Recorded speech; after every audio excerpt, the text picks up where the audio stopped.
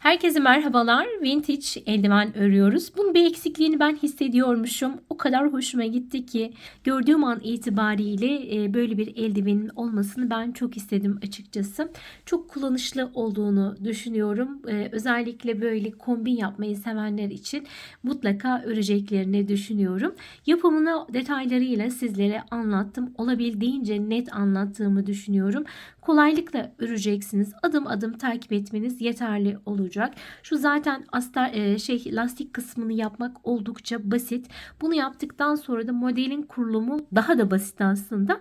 Ama sıra sıra şurada 6 sıra var zaten. O 6 sırayı kaçırmadan takip edin. Emin olun. Belki benden daha güzelini bile sizler yapabilirsiniz. Hadi bakalım, size şimdi hemen video anlatımına geçiyorum. Beğeni yapmanız benim için çok kıymetli. Beğeni yapınca YouTube'da hype çıkıyor. Beni de bir hype'lerseniz bu videoyu hep birlikte uçururuz. Öncelikle ipimi göstermek istiyorum. Koton iplerden kullandım ama aradaki fark şu. Koton ipim şöyle ince olanını tercih ettim. Şöyle bir size göstermek istiyorum inceliklerini. Biraz kalın ipten de olur ama ince ipteki bu zerafeti yakalamak bence daha farklı bir duruş sergiliyor. Bundan dolayı olabildiğince hani ince iple çalışırsanız istediğiniz sonucu elde edersiniz diye düşünüyorum. Şimdi hemen başlıyoruz. Tığ numaram kaç, hemen kendi el ayarıma uygun, ipime uygun 3,5 milim tığ. Başka da bir şeye ihtiyacımız yok. Hemen şimdi ben size ölçü de vereceğim. Olur ya, hani farklı bir ipten yaparsanız ne yapacaksınız? Ölçeceksiniz. Zincir sayınızı ölçeceksiniz. Ona göre belirleyeceksiniz. Şimdi ben toplamda 40 zincir ile başlıyorum.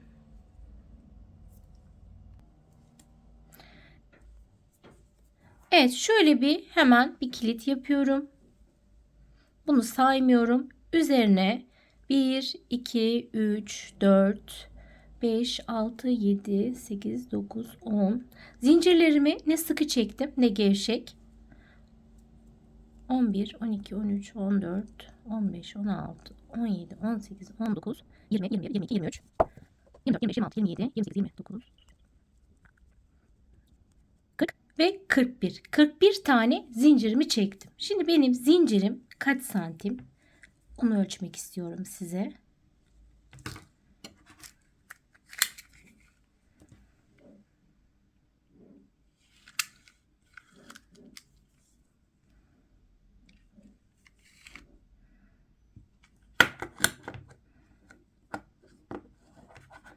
Şöyle elimde tuttuğum zaman bakın tam tamına 18 santimlik bir zincir çektim.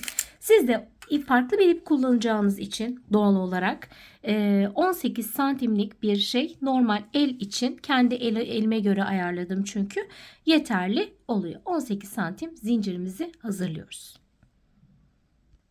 Şimdi hepsini tek tek şöyle boşluklar var. Bu boşlukların içerisine sık iğne yapacağız. Bu sıramızda toplam 40 adet ne olmuş olacak? Sık iğnemiz olmuş olacak.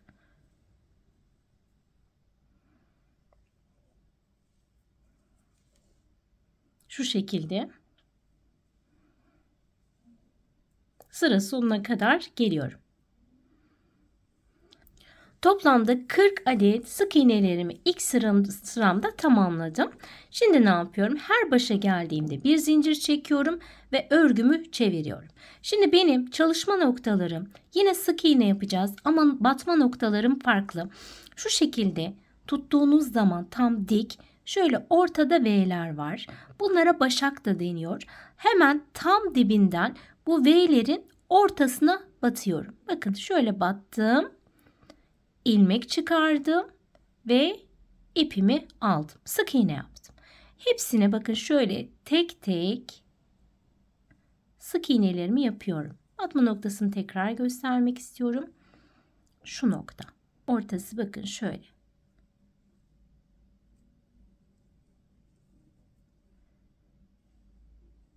Bu şekilde gel git yaparak örgümü öreceğim. Kaç santim olduğunu söyleyeceğim. Hatta bunlar böyle boğum boğum oluyor. Boğumları göstereceğim. Şurada bu şekilde hazır var bir tane. Ben size onunla başlangıç yaptım. Bakın şu şekilde boğum boğum oluyor. Bu şekilde ortalarına, tam beylerin ortasına battığınız zaman aslında bir lastik yapmış oluyorsunuz, tığ işi. Ve bu şekilde bir görüntü elde ediyorsunuz. Şimdi bakın, burada son sıramdayım. Yine göstermek istiyorum size. Beylerin böyle ortasına batarak gidiyorum.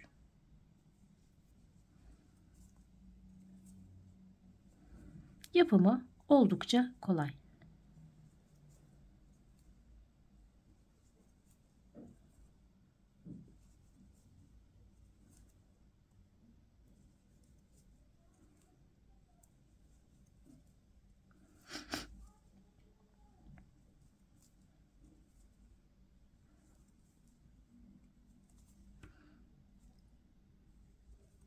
Burada önemli olan, dikkat edilmesi gereken konu şu: her sırada 40 tane sık iğnenizin olması. Bundan dolayı hani özenli olun, içinizden saymaya gayret gösterin. Yoksa hani yamuk olur.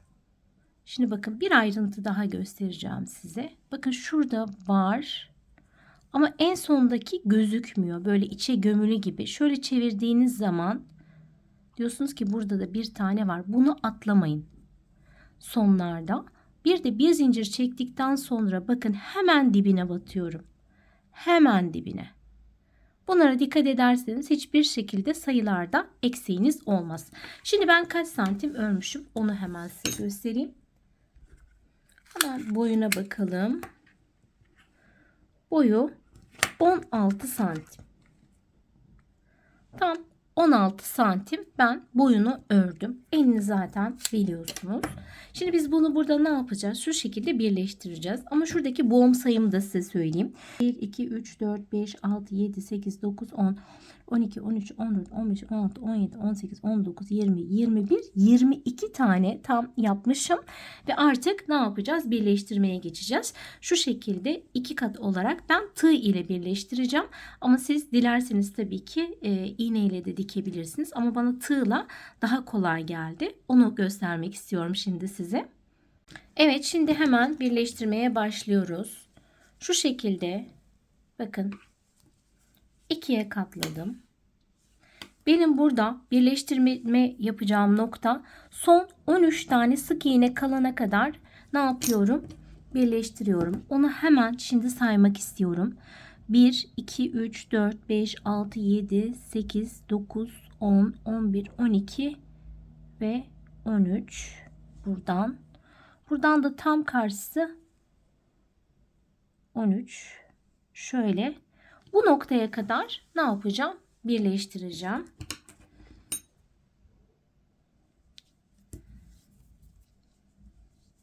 Şöyle çevirdim. Böyle elimle bir tam düzeltiyorum. Evet. Şimdi hemen şu uçtan girdim.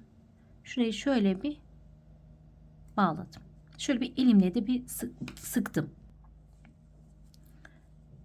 Şimdi bakın, şurada benim zaten boşluklar var. Buradan yine tek kanadını aldım. Bakın, şöyle tek kanat aldım. İpimi geçiriyorum. İlmek kaydırıyorum. Sık iğne yapmıyorum. Bu şekilde daha güzel duruyor. Geçirdim. Tam karşılıklı olarak hepsinde teker teker bakın, tekrar geldim. Nerede? Burada başak var. B şeklinde. Hemen onun tek kanadını alıyorum. Evet.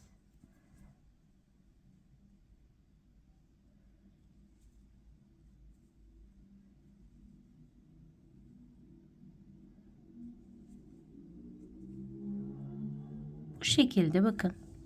Uçtan uca, ta ki bu noktaya gelene kadar birleştirmemi yapıyorum.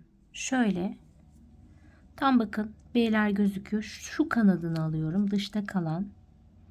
Bir de şöyle göstereyim size. Bakın şöyle. İlmek kaydırıyorum. Bir oradan, bir oradan. Bu şekilde dikip bu noktaya kadar gelince tekrar kameramı açıyorum. Evet, birleştirmemi tamamladım. Artık bu ipimi ne yapacağım? Kopartacağım. Hemen üzerine şöyle bir zincir çektim. Hemen hop kestim. Şöyle. Bu ipi daha ince bir tığ ile şu alta tutturacağım. Şimdilik şöyle geçici olarak şuradan geçirip şuraya şöyle düğüm sıkı yapıyorum. Hop içeri. Şimdi bakın şöyle bir birleştirme noktasını size bir göstermek istiyorum. Şimdi lastik olduğu için de şöyle bir elle bir düzeltmek gerekiyor. Bu birleştirme noktamızın bizim boğumlardan bir farkı olmadı. Bu şekilde birleştirdiğiniz zaman gerçekten hani çok şık olmuş oluyor. Şimdi diğer rengimize geçeceğiz. Diğer rengimize geçmeden önce şunu yapıyoruz. Şöyle bir kıvıracağız. İçten çalışacağımız için. Şöyle. Ama tabii eşit kıvırmak gerekiyor. Çünkü bizim burada onu anlatayım size. Batma noktalarımız olacak. Hani işin mantığını anlayın ki ona göre katlamanızı yapın. Bakın şunlar. Buradan saydığımız zaman örnek veriyorum. Bir saniye şöyle bir elimle düzelteyim. Genelde ben hep el ayarı yaparım. Çok da saymam. Bana göre oldu. Bakın şöyle saydığınız zaman 1, 2, 3, 4, 5, 6, 7, 8, 9. Burası da 9 olacak. Burası da 9 olacak. Burası da 9 olacak. Onu demek istedim. Şimdi bizim yeni ipimizle şöyle bir düzeltiyorum. Başlama noktamız tam şu boşluktan olacak. Sarı rengimi aldım. Hemen 5 tane bir zincirle başlayacağım. Tam olarak şu boğuma geldim.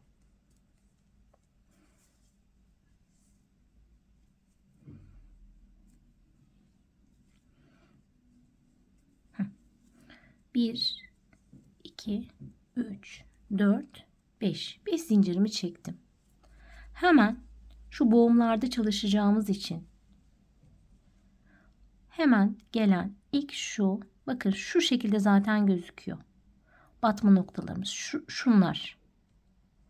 Buraya geldim. Buraya bir tane üçlü trabzan yapacağım. Tığımda ipim vardı biliyorsunuz. Tığımda şu an 3 ipim var. Önce birini çıkardım. Sonra ikisini. Sonra ikisini. Arada 2 zincir. 1, 2.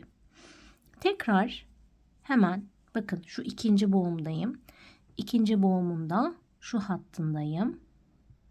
Şöyle alıyorum. Eğer kalın alırsanız bu sefer açtığınız zaman şuradan gözükür. O yüzden dikkatli bir şekilde içten olan ipi alıyoruz. Bakınız şöyle. Şu ipi. Ama tığ ipimi doluyorum. 3 trabzan yapacağım. 1, 2, 3. Arada 2 zincir. Tekrar.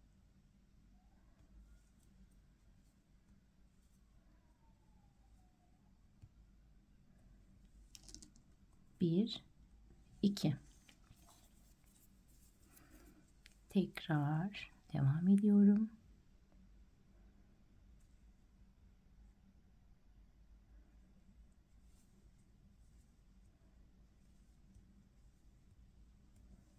Bir, iki, boğma. Sıranın başına gelene kadar bu şekilde devam ediyorum. Şöyle göstermek istiyorum size. Bakın.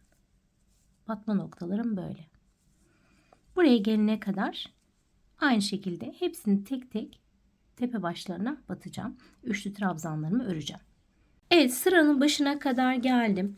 Şimdi gelip hemen şöyle bir deneme yapmak istiyorum. Elime aldım, taktım. Dedim ki bir gariplik var. Bir uç burada, bir uç burada. Nasıl olacak? Sonra ördükçe dedim ki ya Haver bak şöyle yapacaksın. Bunlar yukarı çıkacak. Çünkü alttan ben zemin oluşturuyorum.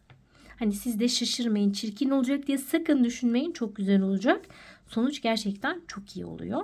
Şimdi tekrar tabii ki kıvırdım. Şimdi ikinci sıramızdayız. İnanın çok basit ilerleyecek bundan sonra.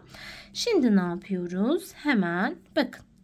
boğumların o başlarını hepsine ne yaptık? Üçlü trabzanlarımızı yaptık. 2 tane zincirimiz var biliyorsunuz arada çektiğimiz. Hemen şurada bir 5 zincir çekmiştim. Onu sayıyorum şimdi. 1, 2, 3. Tam üçüncüye tığımda ip olmadan batıyorum. Şöyle ilmek çıkartıyorum. Burada da 2 zincirlik bir boşluk oluşturmuş oldum. Şimdi bu kafeslerin içinde çalışacağımız için ben de bu üçlü trabzanın tepe başındayım. Bakın nokta olarak hemen buraya girip bir ilmek kaydırıyorum ve kafesin içine kendimi atmış oluyorum. Şimdi tekrar 1, 2, 3, 4, 5 zincir çekiyorum. Tığa ipimi doluyorum. Yine bu kafesin içerisine hemen gelip 1, 2, 3. Bir tane ne yaptım? Üçlü trabzan yaptım. Şimdi ben bu sırada şöyle yaptım. Bakın burada bizim kafeslerimiz var sıra sıra. Bir kafes boşluğu atladım, diğerine geçiş yaptım. Bir kafes boşluğu atladım, diğerine geçtim. Şimdi nasıl yaptığımı göstereceğim size. Ara geçişlerde zincir çekmiyoruz. Tekrar tığa ipimi doladım. Bu kafes boşluğunu atladım. Buraya giriş yaptım. Direkt kafesin bakın içine giriyorum. İpimi alıyorum. 1, 2 ve 3. Ortada 1, 2 zincir çekiyorum. Tekrar tığa ipimi doluyorum. Aynı boşluğun içerisine tekrar bir üçlü trabzan yapıp ne yapıyorum? Şöyle V'ler oluşturmuş oluyorum. Hemen tekrar tığa ipimi doladım. Bu kafes boşluğunu bakın atlıyorum. Diğer kafese geçiyorum. Üçlü trabzan yaptım. 2 zincir çektim. Tekrar bir tane atladım. Bakınız böyle. Tekrar tığa ipimi doladım. Ara geçişte zincirimiz yoktu biliyorsunuz. Bir kafese atladım. Diğerine girdim. Hemen 1, 2, 3'te çıktım. 1, 2 zincir çektim. Yine aynı boşluğun içerisine üçlü trabzanımı ördüm. Şu şekilde V'ler oluşturuyoruz. Sıranın başında tekrar açıyorum. Evet, sıranın başına geldim. Birer tane kafes biliyorsunuz atlamıştık. Şimdi şöyle sıranın sonuna gelince bir kafes atlıyorum. Buraya geliyorum. Bu durumda ne olmuş oluyor? Şu 2 tane kafes yan yana gelmiş oluyor. Bunun hiçbir zararı yok. Şimdi şunu da söylemek istiyorum size. Siz şimdi bu şekilde elinizde taktığınız zaman şöyle bakın, herkesin el yapısı farklıdır. Bu ayar bana tam geldi. Yani birer kafes atlamak tam geldi. Eğer daha geniş bir ele sahipseniz, daha büyük bir ele sahipseniz hiçbirini atlamazsınız. Hepsine her kafesin içerisine girer. Bu V'lerden oluşturabilirsiniz. Zaten bunu biz bu şekilde örtünce bizim amacımız burada bir fırfır oluşturmak. O fırfırı da kendi el ayarınıza göre bu şekilde elinize tak sok yaparak ayarlarsınız. Yani bu kafesleri atlayıp atlamamak aslında size kalmış oluyor. Şimdi ben hemen yapıyorum. Evet. Bir tane atladım. Hemen tığa ipimi doladım. Geldim. 1, 2, 3. 2 zincir. 1, 2. Tekrar aynı kafesin içerisine girdim. Bir tane daha üçlü trabzanımı yaptım. Şimdi ne yapacağız? Tekrar burada 5 zincirim vardı. 1, 2, 3. Üçüncüye gelip girdim. İlmeğimi kaydırdım. Şimdi artık hep bu oluşturduğumuz V'lerin ortada 2 zincir çektik. Onların içerisine çalışacağız. Bakın şöyle göstermek istiyorum size. Bakın. Şimdi bir de buradaki ne olacak? Üçlü trabzan sayısı 2 olacak. Bir sonraki sıra 3 olacak. Bir sonraki sıra 4 olacak. Şu son sıradaki zincir sayısı, ortadaki zincir sayısını değiştireceğiz. Hemen başlıyoruz. Bundan sonrası artık çok kolay bir şekilde geçecek. Yine ne yapacağım? 2 zincirlik boşluğun içerisine geçebilmek için kafesin içerisine girip bir ilmek kaydıracağım. Şimdi artık 3 zincir çekiyorum. 2, 3. Tekrar ne yapacağım? Aynı kafesin içerisine bir tane üçlü trabzan öreceğim. 2 tane çubuk olmuş oldu. 2 zincirimi çektim. Tekrar aynı boşluğun içerisine bir üçlü trabzan, bir tane daha. Ara geçişlerde ne yapıyorduk? Zincir çekmiyorduk. Hemen yine bakın bu boşluklara geliyorum. Zaten o kadar net ki artık. 2 tane üçlü trabzan,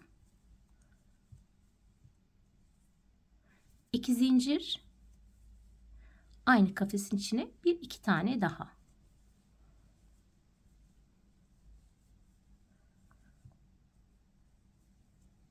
Şöyle. Tekrar aynı.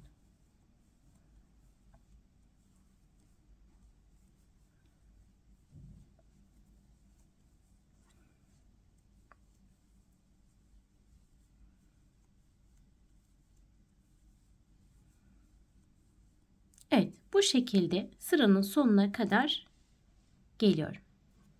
Evet, tekrar sıramın başına geldim. Şurada çektiğimiz 3 zincir vardı. O 3 zincirin tepe noktasına geldim. Hemen ilmeğimi kaydırdım. Şimdi benim şu 2 zincirlik boşluğun ortasına gelmem lazım. Ama şuradayım. Ne yapıyorum? Hemen yanındakine giriyorum. Bir ilmek kaydırıyorum. Kafesin içerisine giriyorum. İlmek kaydırıyorum. Tekrar 1, 2, 3 zincir çekiyorum. Bu arada artık 4. sıradayız. Hemen kafesin içerisine bir tane üçlü trabzan, bir tane daha üçlü trabzan yapıyorum. Buradaki benim şu çubuk sayım, üçlü trabzan sayım 3'e çıkmış oldu. Arada yine 2 zincir, hemen aynı kafesin içerisine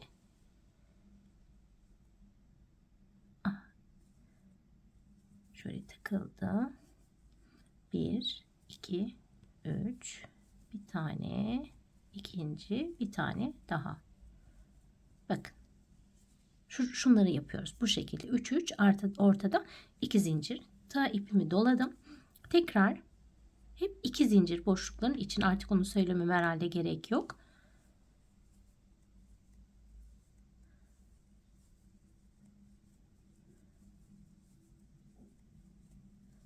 Arada 3 zincir ve 3 tane. Bundan sonra bir sıramız daha var. Ondan sonra artık bitiriyoruz. Fiyonk yapmayı öğreneceğiz. Basit bir şekilde. Bakınız böyle. Bu sırada böyle gidiyoruz.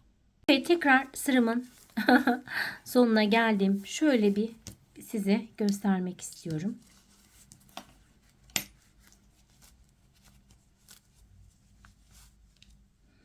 Bakın şöyle kapatalım. Şimdi bir sıra daha zaten çıkacağız. Şu şekilde. Bu kıvrımlar başladı. Boğumlar olmaya başladı. Şimdi bu sırada da tam bir böyle büklüm büklüm olacak. O zaten çok hoş bir görüntü. Bakayım şöyle küçülteyim. Evet, şöyle görmüş olduk. Şimdi son sıramızdayız. Artık bitiriyoruz. Şöyle tekrar kıvırdım. Rahat çalışalım. Hemen 3 zincirlik tepe başına gelip ilmeğimi kaydırıyorum. Bakın şuraya.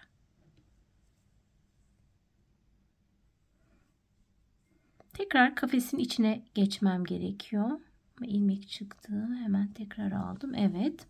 Şimdi ne yapıyorum? İlmek kaydırarak hemen devam ediyorum. Hemen kafesin içine geldim. Tekrar 1, 2, 3 zincir çekiyorum. Bu sefer bu kafesin içerisinde 4'er tane üçlü trabzanlardan olmuş olacak grup halinde. Şimdi hemen girdim. Bu ikinci olmuş oluyor. Şu 3 zincirde. Bu üçüncü. Bu dördüncü. Ve bu burada ortada 3 zincir. 1, 2, 3. Tekrar ipimi dolayıp tekrar kafesin içerisine girdim. Bu birinci. Bu ikinci. Bu üçüncü. Bu dördüncü. Ne yaptım? 4 tane grup halinde hazırladım. İpimi doladım. Tekrar hemen bir sonrakinin boşluğuna girdim. Buraya hemen 4 tane 1, 2, 3 ve 4. Tekrar 1, 2, 3 zincir ve hop. Bu şekilde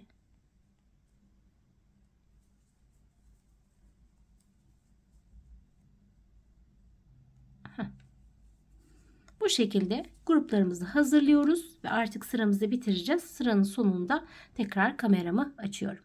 Evet, 4. sırayı da bitirdim. Artık ipimi de şöyle kopardım ve yok ettim.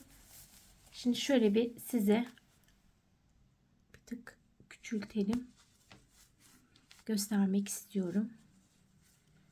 Eldeki duruşunu şöyle bir elinizde bir hafif ilkinde bir düzeltirsiniz. Oldukça şık ve şunu da takalım.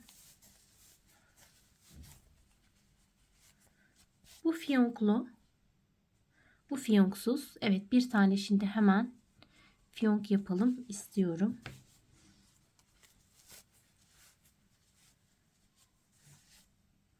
Şöyle. Buraya bir fiyonk yapalım mı yapmayalım mı diye çok düşündüm ama sonra yapmaya karar verdim. Çok da güzel olduğunu düşünüyorum. Çok basit bir şekilde şimdi hemen size fiyonk yapımını göstermek istiyorum. Yaklaşık 30 tane hemen zincirimizi çekiyoruz. Şuradan biraz böyle bir ip bırakalım. İşimize yarayacak sonra.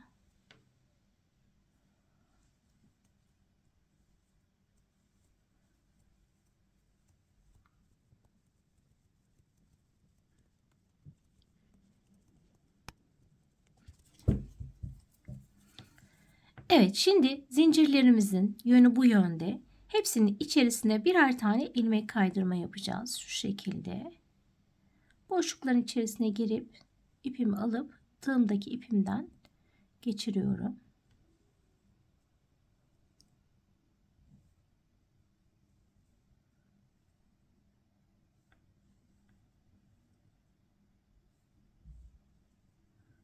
Sıranın başında açıyorum. Bu şekilde. Evet, sıranın sonuna kadar geldim. İlk yaptığımın hemen şu ilk yaptığıma giriyorum. Buradan da bir ilmek kaydırıp halkamı oluşturdum. Bir zincir. İpimi kesiyorum. Yine çok kısa kesmiyorum. Şöyle ayarladım. Şimdi bakın şöyle bir halka yapmış oldum. Şu şekilde ikiye katladığım zaman iki tarafta fiyonk olacak. Bir tek kuyruğu eksik şu anda. Ama ben bu katlamayı tam ortasından yapacağım. Çünkü bu ipler benim işime yarayacak. Sıkı bir şekilde bir tanesini bu yönde sıkı sıkı sarıyorum.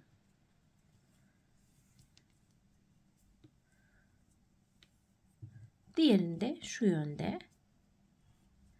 Yine sıkı. Bu kadar yeterli. Şimdi şuradan bir düğüm atıyorum.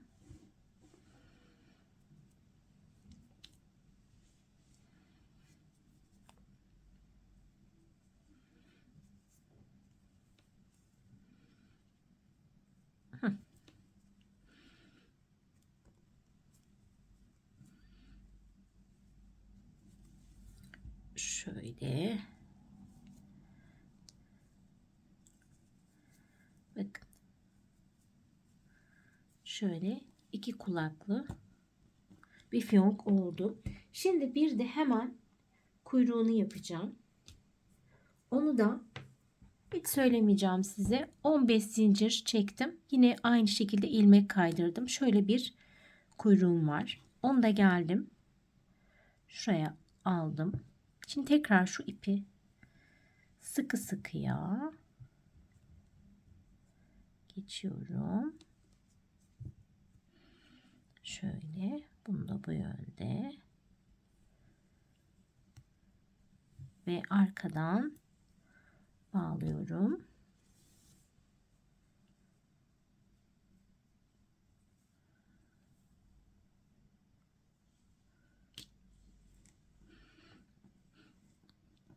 Evet. Şöyle bir bakalım. Şimdi şurada bir ipim var. Onu içeri alacağım. Şu şekilde fiyonkum hazır oldu. Arka tarafa gelecek şekilde bir düğüm daha atıyorum.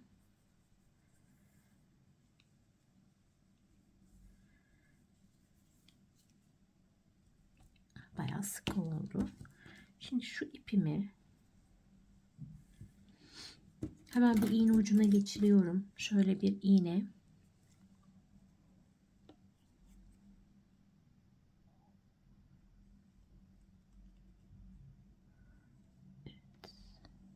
Şöyle geçirdim. Şu uca girdim. Amacım burayı sağlamlaştırmak. Tabii olabildiğince estetik yapmaya çalışıyorum. Yani bu kuyruk, sonuçta kuyruğun ucu bozulsun istemiyorum.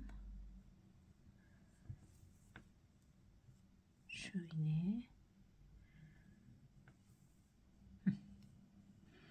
Gayet iyi oldu. Ara boşluktan şöyle gevşek yapıyorum. Çok sıkmadan. Amacım orta hatta geçmek. Evet.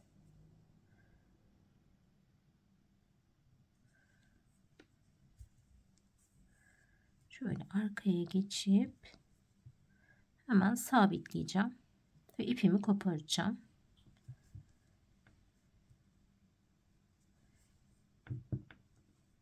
Bir tane daha.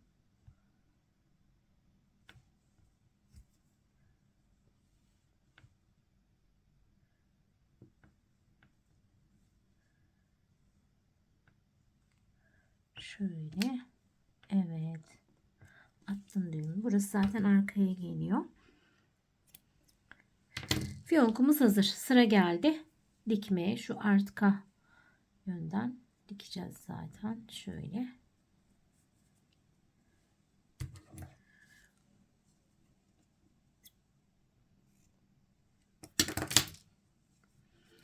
Evet, gördünüz değil mi?